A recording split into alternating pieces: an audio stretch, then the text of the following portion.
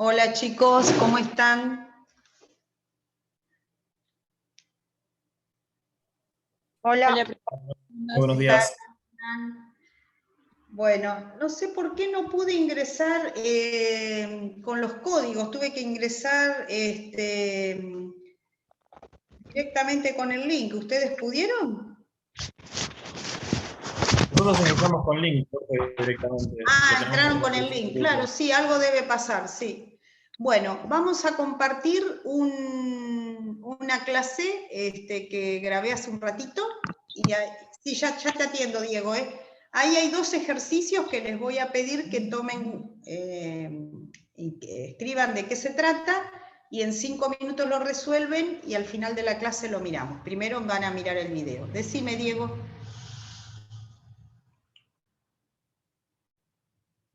No, yo te quería preguntar por las notas, porque creo que hay un par de compañeros, además de mí, que todavía no tienen nota cargada. ¿En el SIU? ¿Di Marco? A Sí, ver, ahora yo me fijo en el listado. sí, me Dame un fijé. minutito. Dame un Ok, profe, minutito que ya me a mí fijo. dale, tampoco. gracias. Regalini.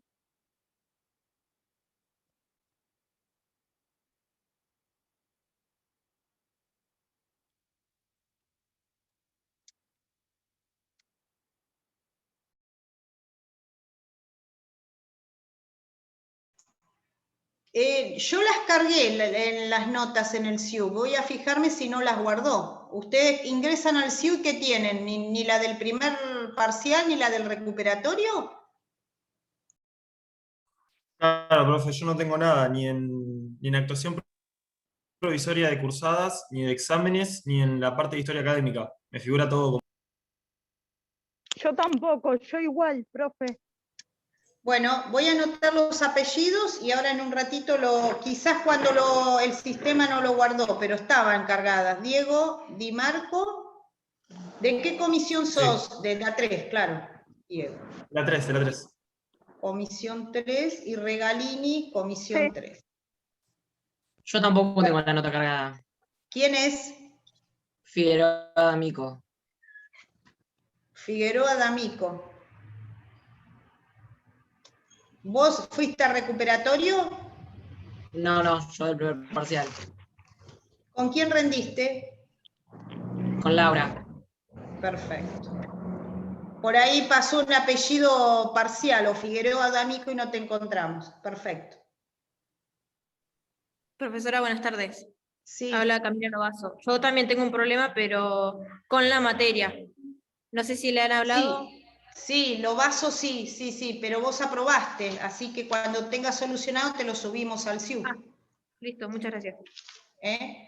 Bueno, ahora mientras que escuchan la clase, me fijo estos 3 alumnos.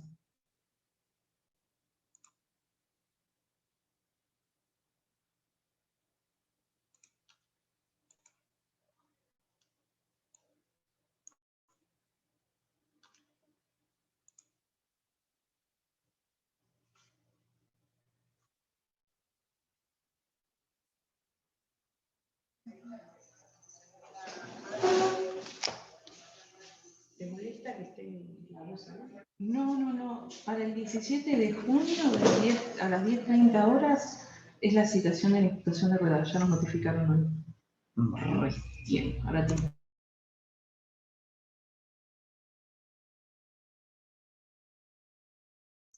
Che, no se escucha el audio, profe.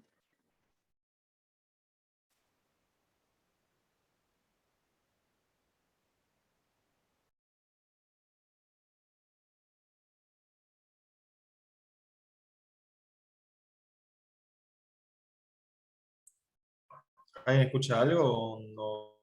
No se escucha No, nada. Soy el único que no escucha Se nada. escucha. Ah, ok. no anda. Qué papelón.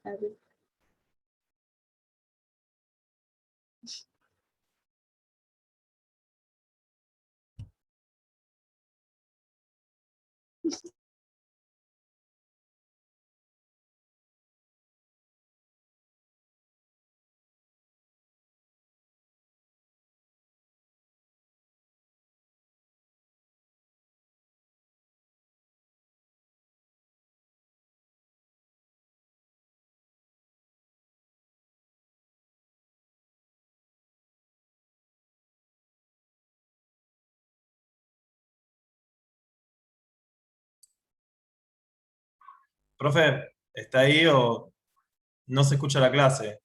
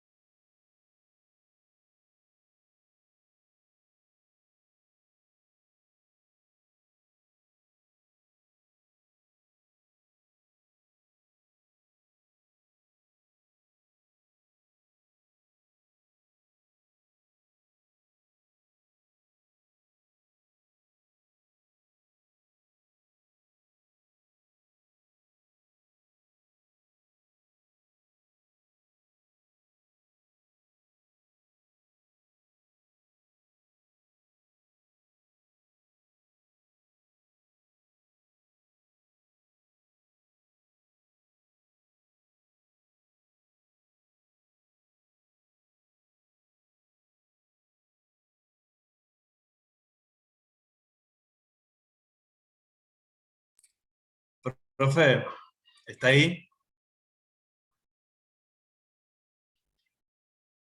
No, bueno.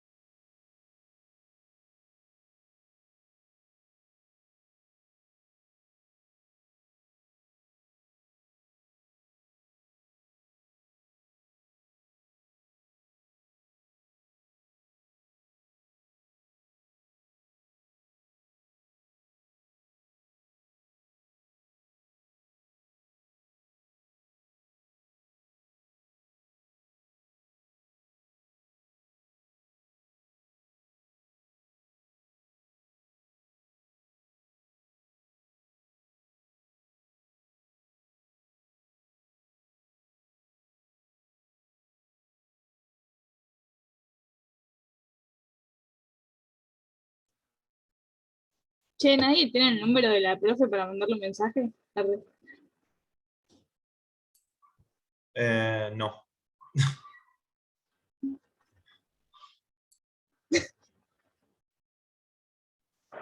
No, solamente está el de Garate, el celular. chicos. Sí, pero Pero- no le podemos hablar a Laura ahora. Vamos a mandar a la pero mierda. No, pero bueno, es algo que lo tienen que solucionar, me parece. Ah, Lo peor es que va a volver pensando que nosotros vimos el video y nos va a hacer las preguntas. Sí, aparte sí, Mal. sí, totalmente. sigue 33 pasando minutos el de power, video. no sé qué onda. Encima es re Le gracioso porque escribo ves ahí a- hablando y no se escucha nada. ¿Le podemos escribir a Rodrigo, este chico, que es el contacto? No. Sí, pero si la le profe escribí, no tiene pero- nada a mano, si la profe está haciendo otra cosa y no tiene el celular a mano, tampoco lo va a escuchar, va a hacer lo mismo que nada. Yo recién le escribí a Rodrigo, pero no me contesta. Mm,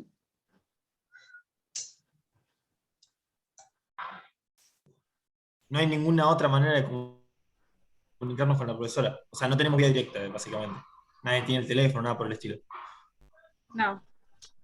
Yo le podría preguntar a Laura, pero Laura no tiene nada que ver. Arre. No, Laura te Chicos, y por mail, Ahí trata de averiguar eso.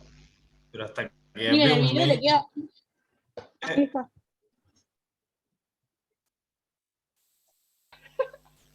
¿Qué pasó?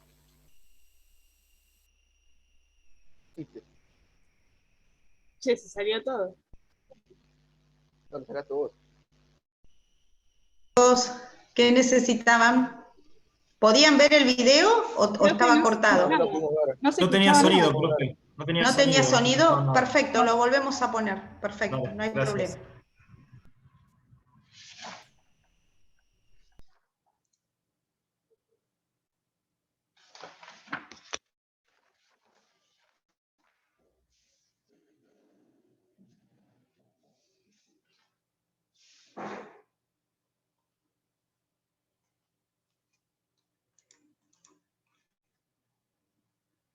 A ver ahora, un minutito, ¿eh?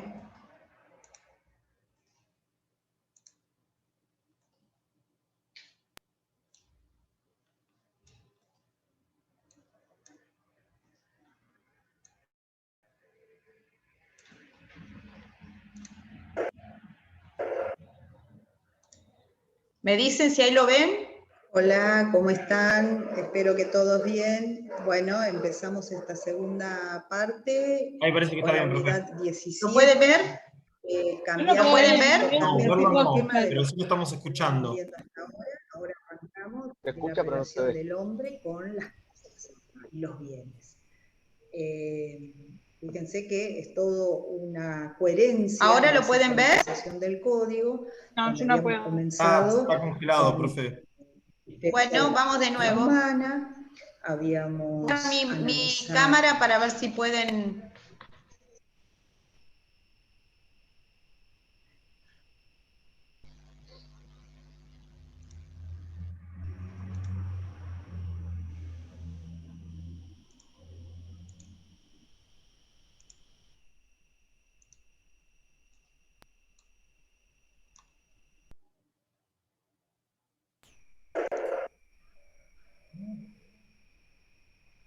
Hola, ¿cómo están? Espero que todos bien. Bueno, empezamos esta segunda parte con la unidad 17. ¿Pueden ver? Cambiamos No, porque está congelada la pantalla. que veníamos viendo hasta ahora. Ahora arrancamos de la relación del hombre con las cosas y los bienes. Fíjense que es todo una coherencia en la sistematización del código, donde habíamos comenzado con la existencia de la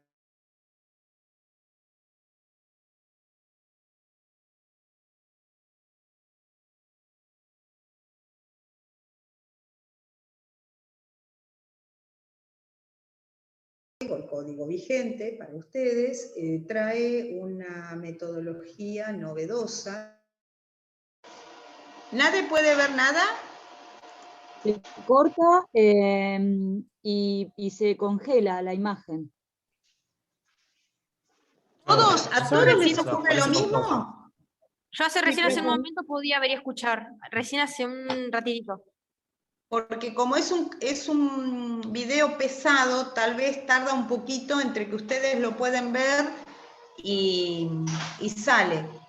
Yo lo corté, Rocío, no te preocupes. Vamos de nuevo. Si quieren, sacan la imagen por las dudas, por si es muy pesado, y me escriben en el chat, pero esperemos un minutito a ver si carga toda el video, ¿sí? ¿Puede ser? Perfecto, Apagamos perfecto. todos y ahora lo comparto.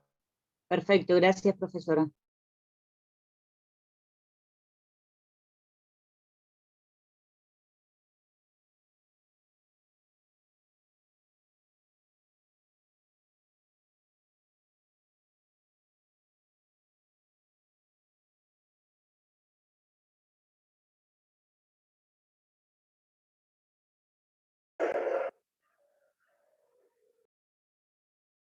Hola, ¿cómo están? Espero que todos bien. Bueno, empezamos esta segunda parte, 7.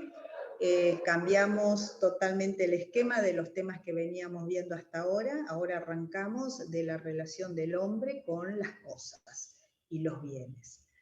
Fíjense que es todo una coherencia en la sistematización del código, donde habíamos comenzado con la existencia de la persona humana, habíamos analizado la persona jurídica y ahora vamos a ver cómo se relacionan con los bienes. El nuevo código trae nuevo código, el código vigente para ustedes, trae una metodología novedosa, diferente a la metodología del código de Vélez-Sarsfield, donde le otorga una entidad diferente a los bienes.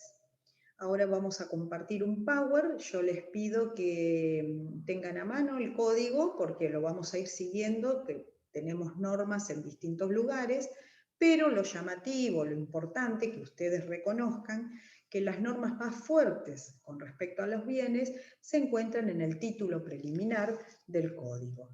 Hay 5 artículos referidos a los bienes. Y esto significa una atención especial a este nuevo enfoque sobre esta relación y lo que significan los bienes para la vida de cualquier persona. Entonces, dicho esto, vamos a compartir un Power, lo tienen también en el campus, lo vamos a ampliar un poquito para que ustedes lo tengan con algunas pequeñas modificaciones y actualizado. Entonces, empecemos por lo general, que son los bienes. Estos bienes, ustedes lo van a ir imaginando en todos los ámbitos, ¿no es cierto? Es decir, desde el ámbito referido a una cosa material, corpórea, o al ámbito de cosas ideales o bienes ideales. O sea que también tenemos incluido acá los servicios. Vamos a empezar entonces con una pequeña referencia a la sistematización del código, donde define tanto los conceptos de bien como de cosa en el título preliminar, pero desarrolla todo, digamos, el sistema de vinculación con los bienes en el título primero, por eso justamente lo vemos en esta materia de Derecho Civil, parte general. ¿Cómo lo ubica al tema de los bienes? Lo ubica directamente como un elemento del derecho, o sea, como un elemento del derecho en general y no como un elemento específico de los derechos reales. ¿Se entiende? En el Código de Vélez-Sarsfield, inclusive en el anteproyecto del año 98, el tratamiento de los bienes estaba reservado al análisis o al título referido a los derechos reales. Esta nueva propuesta, o esta propuesta que ustedes tienen en su código, le da una ubicación distinta a los bienes, prácticamente de tipo transversal. Entonces lo analiza desde el título preliminar. Lo realiza como un derecho de todo lo que abarca el tema bienes y con relación a las personas, por un lado, y a los derechos de incidencia colectiva. Y nos vamos a detener un poquito. Entonces, el nuevo paradigma en materia de bienes es, en primer término, un análisis general, un análisis transversal de todo el derecho, y acá hacemos dos subdivisiones, referido al derecho con relación a las personas y al derecho de incidencia colectiva, ¿sí? Vamos a hacer un pequeño paréntesis aquí. Cuando nosotros hablamos de derecho con relación a las personas, nos estamos refiriendo justamente a una relación entre persona, puede ser individual o una persona jurídica, ¿no es cierto?, pero respecto a un derecho individual. Pero por el otro lado tenemos los derechos de incidencia colectiva. Entonces, ¿en qué radica este cambio de enfoque? Que nos vamos de un sistema netamente patrimonialista a un sistema que amplía la noción y la coordina con el ejercicio de otros derechos. Por ejemplo, los derechos de incidencia colectiva. Aquellos derechos, ¿sí?, que nacen de la colectividad, nacen de la comunidad, como un derecho inherente al grupo de habitantes que se viera afectado en algún derecho. Vamos a el anterior. Entonces, a su vez, estos derechos pueden encontrarse divididos, el ejercicio de estos derechos, en derechos individuales, derechos colectivos y derechos comunitarios. Para más tarde vayan preparando la visualización de estos tres artículos, el artículo 16, 18 y 240 del Código Civil y Comercial, ¿sí? Entonces, volvemos a hacer la pirámide. Bienes con relación a las personas. En primera división teníamos los bienes personales y los bienes de incidencia colectiva. A su vez, ¿cómo vamos a aplicar el ejercicio de estos derechos sobre los bienes? De manera individual, como derechos colectivos o como derechos comunitarios. Muy bien. Esto, a su vez, cuando lo analizamos desde el punto de vista de la diferencia de dónde se van a ejercer esos derechos, vamos a primero aplicar el principio general de que los derechos y bienes está resaltado que todas las personas son titulares de derechos individuales sobre los bienes que integran su patrimonio. Cuando ustedes veían los atributos de la personalidad, uno de los atributos era el patrimonio. Todos los bienes que integran esa universalidad. Estos bienes pueden ser de tipo material, como dijimos, o de tipo ideal.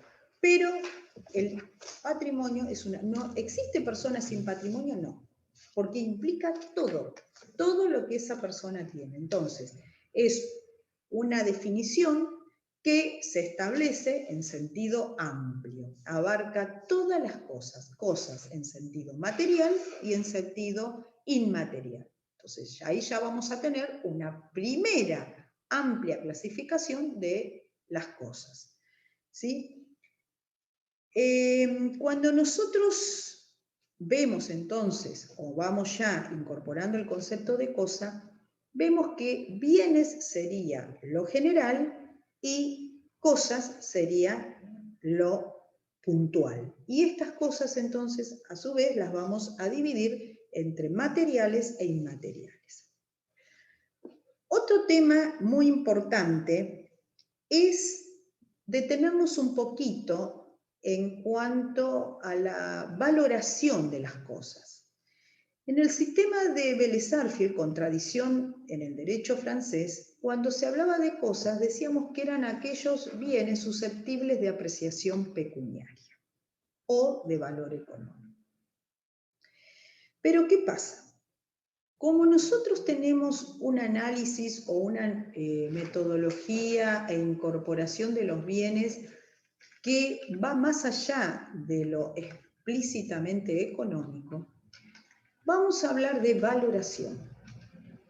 ¿A qué me refiero con esto? Vamos a poner un ejemplo para que se entienda. Cuando nosotros hablamos de valoración de bienes, estamos incluyendo bienes que, por ejemplo, podrían recaer sobre el cuerpo humano o sus partes, o bienes de las comunidades indígenas sobre sus bienes comunitarios, esos pueblos originarios que tienen un patrimonio de tipo cultural inherente a su identidad.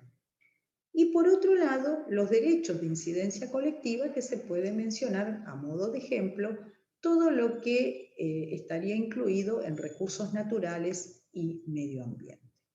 Entonces, reiteramos, estos derechos sobre los bienes se pueden ejercer desde tres posibilidades. Bienes del individuo, que son las cosas y derechos con valor económico, por un lado, e inclusive aquellas que no tienen valor económico, por ejemplo, el cuerpo humano y sus partes. B, los bienes colectivos, y C, los bienes comunitarios. En esta tercera subclasificación de bienes comunitarios incluimos los bienes de los pueblos originarios. Muy bien. Esto de el valor de las cosas lo tenemos establecido en el primer párrafo del artículo 15 del título preliminar. Entonces, recuerden que estas cosas pueden tener valor económico o no, pueden ser susceptibles de valor. ¿Valor para quién? Bueno, en el caso de que sea un bien individual, valor para esa persona sobre una parte de su cuerpo. En los bienes comunitarios puede ser un valor de identidad cultural, que no necesariamente tiene que tener una traducción en valor económico. Muy bien, ahora, estos bienes con valor económico podemos a su vez subclasificarlos, dijimos, en cosas materiales y los bienes u objetos inmateriales. Muy bien. Actualmente, decimos, se llaman cosas en este código los objetos materiales susceptibles de tener un valor. La doctrina en general vacilaba alrededor de la clase de valor que debían tener los objetos materiales para que ellos puedan ser considerados jurídicamente como cosas. De esta forma se dividían entre quienes creían que el valor necesariamente debía ser económico, como en el caso de Salvat, que son juristas de tradición en la historia argentina, Jean Vías, Allende, Borda, Alterini, Mariani de Vidal, Hayton, Kipper, y quienes sostenían que este valor no necesariamente debería ser de tipo económico, como en el caso de Espota y López Olazirey. ¿Por qué les marco distintas posturas doctrinarias? Porque hoy ustedes lo ven en un artículo 15 aparentemente resuelta esta discusión. Sin embargo, necesariamente tienen que remitirse a los antecedentes de este artículo para ver que no es tan sencillo definir y dar el lugar adecuado a la concepción de esto, de la relación de las personas con los bienes o con las cosas. Entonces, este artículo 15, recibiendo toda la tradición doctrinaria, inclusive internacional, define o resuelve el asunto señalando que los bienes materiales se llaman cosas. Entonces, pone un corte ahí, dejamos la discusión aparte y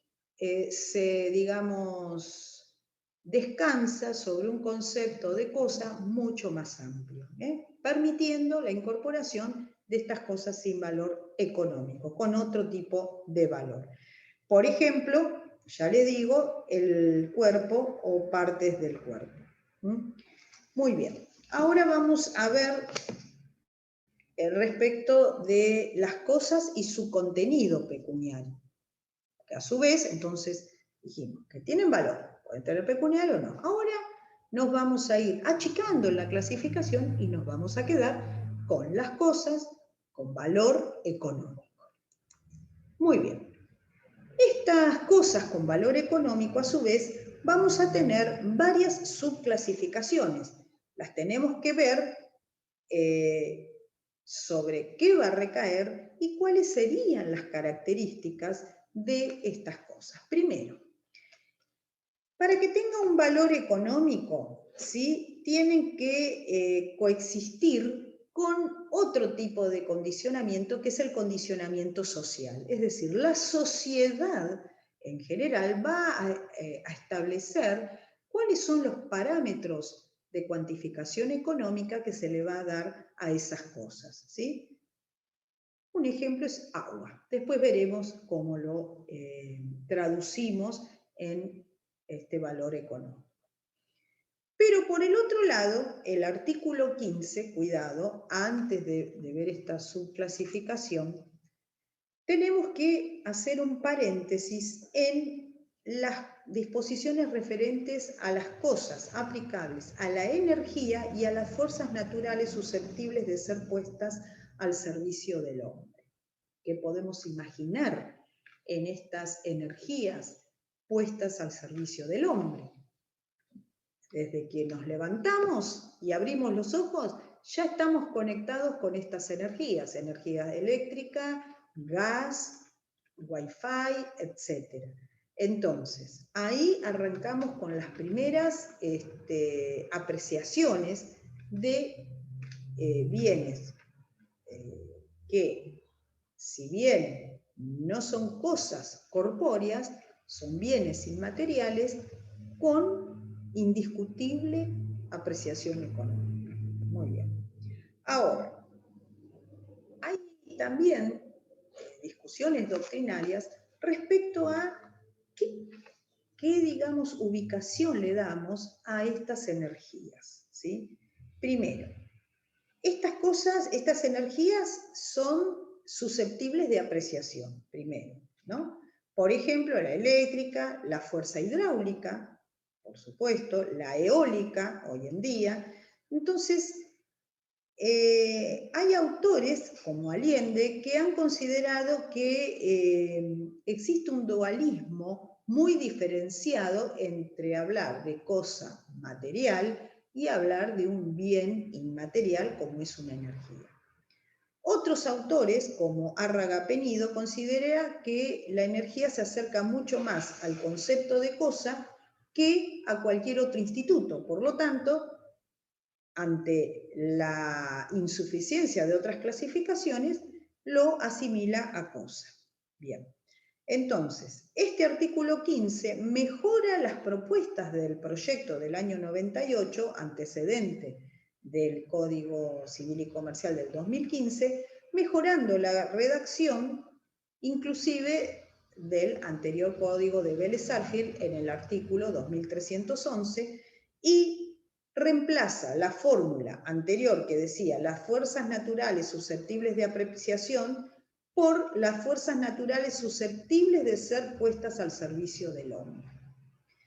Entonces, ahí vamos a ver, después hagan un paréntesis, una llamadita de atención, cuando veamos el artículo referido a los bienes de los particulares, específicamente agua, vamos a traer a memoria esto que estamos hablando ahora. ¿Cómo cambia la valoración del artículo 2311 del Código de Vélez-Sarsfield, que es muy importante que ustedes puedan visualizarlo, porque hay antecedentes que para que ustedes comprendan la actual redacción, necesariamente se tienen que remitir al antecedente. Entonces, 2311 como antecedente del artículo 15 del título preliminar actual. Muy bien. Estos objetos inmateriales, que también estaban regulados en el artículo 2312 del Código de Vélez-Sarsfield, también tiene una nueva categoría, ¿sí? Nosotros ahora hablamos, además de los derechos intelectuales, como derecho de autor de una obra científica, literaria o artística, Hablamos de otro tipo de bienes inmateriales, ¿sí? Por ejemplo, hablamos de otras categorías incorporadas, por ejemplo, en el artículo 1883, que habla de qué constituyen los objetos de los derechos reales. Entonces, ahí menciona los objetos inmateriales susceptibles de valor económico. Ahí ya hace una apreciación más ajustada y específica de los derechos reales en contraposición a esta concepción más amplia del artículo 15. Vuelvo a insistir, 15 versus el artículo 1883. Muy bien. Ahora vamos a hablar de la clasificación ya más amplia. Vamos primero a la clasificación de estas cosas en bienes muebles e inmuebles. A su vez, estos bienes muebles e inmuebles, ¿sí?, vamos a analizar cada uno y las distintas subclasificaciones. Arranquemos por los bienes muebles. Una de las clasificaciones más comunes y de alto tráfico comercial es la clasificación entre bienes consumibles y bienes no consumibles. Nos vamos a manejar en esta primera parte con elementos de tipo gráfico como disparador para que ustedes vayan comprendiendo las clasificaciones. Todas las clasificaciones van a tener su referente gráfico para que después su memoria actúe más rápido, porque son clasificaciones amplias y que les van a servir a lo largo de todos los derechos civiles, todos. Y especialmente lo retoman a todo esto, sí, en contratos, en derechos reales, en derechos sucesorios, consumibles y no consumibles. ¿Cuál es la característica más importante? Que las consumibles son aquellos que desaparecen al primer uso. ¿Bien? Eso serían las cosas con valor económico consumibles. Y las no consumibles cuando perduran en el tiempo. En la contracara de esto tenemos las cosas, como mencionamos hace un momentito, referida a la energía y a las fuerzas naturales. Es muy amplio todo esto y después lo van a ver con más amplitud y profundización en el caso de los recursos naturales. Ustedes tienen una materia perfectamente amplia como para entender a qué se refiere esto de la energía y las fuerzas naturales y el tema de la renovación, la no renovación, si son consumibles o no consumibles. Por ahora nos quedamos que la gran clasificación de cosas incluye la energía y las fuerzas naturales. Muy bien. Ahora vamos a las cosas materiales se llaman, los bienes materiales se llaman cosas, eso ya lo vimos. Entonces, esta clasificación de muebles e inmuebles también nos va a definir que algunas subclasificaciones son solo imputables a una de ellas. Por ejemplo, consumible y no consumible únicamente es imputable a los muebles.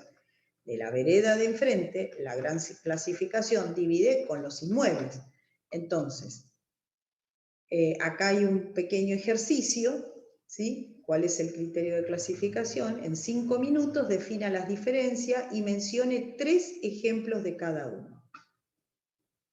Por favor, tengan en cuenta este mini ejercicio, lo buscan, lo analizan y en unos minutos cualquier voluntario responde a este ejercicio.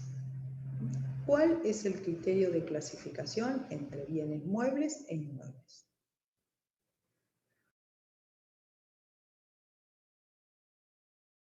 Con ejemplos se puede visualizar muy bien.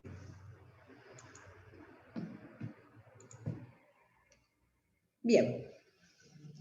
Mientras preparan el ejercicio anterior, vamos a su vez a la primera subclasificación de los inmuebles. Los inmuebles pueden ser, por su naturaleza, que el artículo 225 lo establece, y qué características tienen cuando es por su naturaleza o cuando es por accesión. La gran clasificación entonces son inmuebles. Subclasificación por la naturaleza. Artículo 225. Dice, las cosas que se encuentran por sí mismas inmovilizadas, como el suelo, y todas las partes sólidas o fluidas que forman su superficie y profundidad. ¿Sí? Entonces, la expresión el suelo. Algunos autores, como Barbero, han precisado que la única cosa inmueble, según este criterio, inmueble por su naturaleza, es el suelo. En igual sentido, se pronunció Yoceram. Para el artículo 2314 del Código de Vélez-Sarsfield, que era el antecedente, dice, las cosas que se encuentran por sí mismas inmovilizadas son cosas inmuebles por su naturaleza. ¿Qué ocurre entre este artículo 2314 del anterior código y el artículo 225 actual? Se suprime en el nuevo artículo, ¿sí?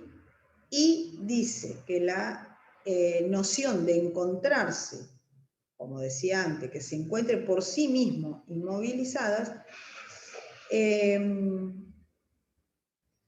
se quita ese agregado para dar un concepto más amplio, ¿sí? Entonces, la referencia también a partes sólidas y fluidas que forman la superficie y profundidad del suelo, entonces este concepto directamente del 225 es, el suelo es la superficie de la tierra en su configuración natural y comprende tres entidades distintas, pero igualmente consideradas como inmuebles.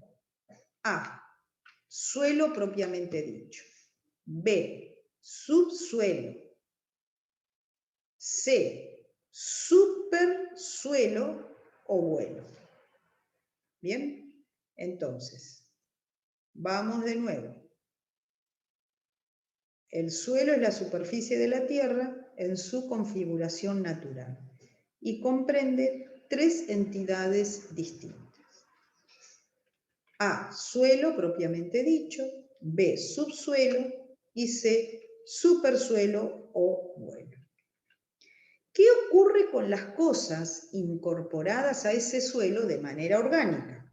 ¿Sí? Por ejemplo, los vegetales, cualquiera sea su clase, árboles, arbustos, plantas, pastos. Para algunos autores como Llerena, las plantas son inmuebles por accesión. No obstante, la claridad que existe en el 225, los vegetales deben considerarse inmuebles por su naturaleza, siempre y cuando se encuentren incorporados al suelo de una manera orgánica. ¿Sí? Y esto no es ajeno a las prácticas que actualmente podemos visualizar, por ejemplo, en el caso de cultivo de vegetales. Pensemos que en algunas partes del mundo, donde la tierra no abunda, como en nuestro caso, en nuestro país, la hidroponía es una metodología muy utilizada. Son vegetales, están cultivados, pero en agua. Entonces, ¿podría ser esos vegetales, podríamos incorporarlos en la clasificación de inmuebles por su naturaleza? No, claramente no. Por eso habla de aquellos vegetales unidos al suelo, ¿sí?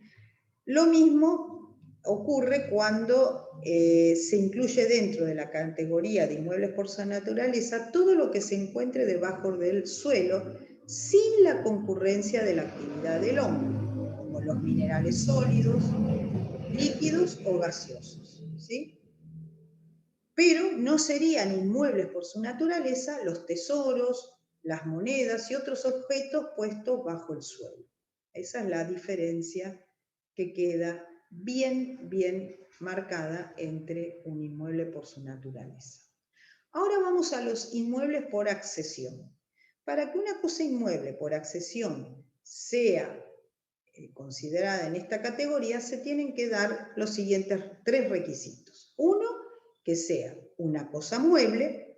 2, que esté inmovilizada por su adhesión física al suelo. Y 3, que esa adhesión física sea de carácter perdurable. Bien. Cualquier ejemplo se les puede venir inmediatamente a razón de esta clasificación. Por ejemplo, sin dar muchas vueltas, una puerta o una ventana, ¿sí? Entonces, la característica más importante de la accesión es que debe ser perdurable. Muy bien. Ahora vamos a otra clasificación. Fungibles y no fungibles. Y esta clasificación tiene mucho que ver con el tema del derecho del consumo, las fungibles y las no fungibles. ¿Qué ocurre con las cosas que nosotros podemos tener otras de igual características? Por ejemplo, el artículo 232 claramente lo señala. Dice, las cosas fungibles son aquellas que en todo individuo de la especie equivale a otro individuo de la misma especie y pueden sustituirse por otras de la misma calidad e igual cantidad. Este principio, característica de esta clasificación, lo denominamos equivalencia de la sustitución. Cosas fungibles equivale a otro concepto o hace referencia a la equivalencia de la sustitución. No me doy cuenta. Cambio una cosa por otra y no me doy cuenta.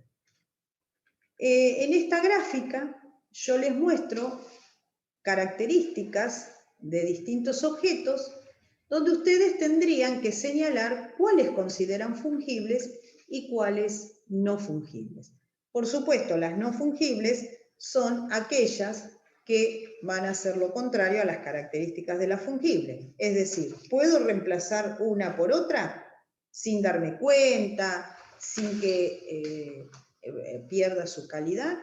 Bueno, imaginen cualquiera de los objetos de esta gráfica que ustedes cambiaran por otro, si estaríamos frente a un bien fungible o no fungible, una cosa mueble fungible o no fungible. Otra característica también de las cosas muebles, divisibles e indivisibles. Y acá nos vamos a detener un poquitito. Cuando nosotros hablamos de cosas divisibles e indivisibles, primero vamos a centrarnos en la divisibilidad e indivisibilidad material. Eso quizás no les presente gran problema imaginarlo. Cuando nosotros estamos frente a una cosa divisible, significa que yo, al poder separar una parte de otra, no pierden identidad. Indivisible también lo pueden ver con un ejemplo. Una cosa indivisible, si yo tengo una mesa y la separo en dos, perdió la identidad. No hay dos mesas, ¿sí? Desapareció el concepto corpóreo que teníamos en la unidad antes de dividir.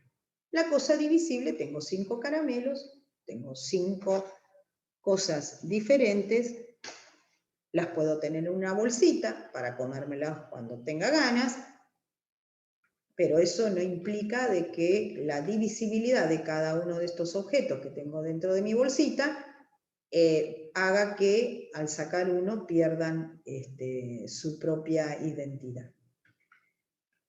Pero ¿por qué nos detenemos un poquito en la divisibilidad e indivisibilidad? Concepto que también van a ver en varias materias siguientes, tanto en contratos, en obligaciones, lo repasan, en reales, en derecho sucesorio. Porque en algunos casos la indivisibilidad puede ser ideal. Es decir, pueden varios sujetos pactar la indivisibilidad de un conjunto de cosas. Por ejemplo, porque pierde valor económico en el mercado. Es más fácil hacer de varias cosas divisibles un concepto ideal de indivisibilidad que viceversa. Si algo corpóreamente es indivisible, es imposible que idealmente se pueda convertir en divisible. Por más que 3 personas posean o sean dueños de una mesa que lo quieran dividir, jamás idealmente podrían decir, si lo dividimos y tenemos 3 alícuotas partes, 33% cada uno de la mesa, ¿sí? Ahora, al revés, si ustedes tuvieran 3 mesas, pero que esas 3 mesas hacen un conjunto arquitectónico o de diseño que solamente van a tener valor estando juntas, ahí los sujetos podrían darle una indivisibilidad ideal. ¿Se entiende? Entonces, para repasar, las cosas divisibles son aquellas que sin perder su valor pueden fraccionarse. En cambio, las indivisibles, imposible, porque sufrirían un menoscabo. ¿Sí? Por ejemplo, una pintura. Muy bien. Bueno, hasta acá fuimos con las clasificaciones más importantes. Después queda la clasificación de frutos y productos. Los frutos están previstos en el artículo 233 del Código. Ahí van a tener una clasificación y un concepto suficiente, es decir, de la lectura del artículo claramente pueden comprender de qué estamos hablando cuando hablamos de frutos y productos. Los frutos son los objetos que un bien produce de modo renovable sin que se altere o disminuya su sustancia. Si hiciéramos otra gráfica, pondríamos un árbol de limones, por ejemplo, un limón. Los frutos naturales son las producciones espontáneas de la naturaleza. Los frutos industriales son los que se producen por la industria del hombre o la cultura de la tierra. Los frutos civiles son las rentas que la cosa produce. Las remuneraciones del trabajo se asimilan a los frutos civiles y los productos son los objetos no renovables que separados o sacados de la cosa alteran o disminuyen su sustancia. Los frutos naturales e industriales y los frutos forman un todo con la cosa si no son separados.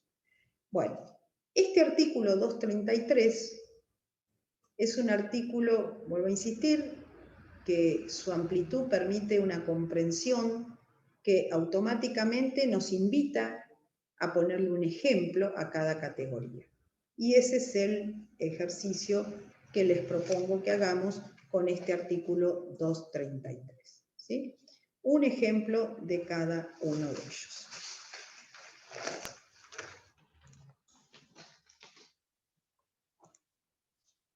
Bueno, chicos, quedamos entonces con estas dos ejercitaciones.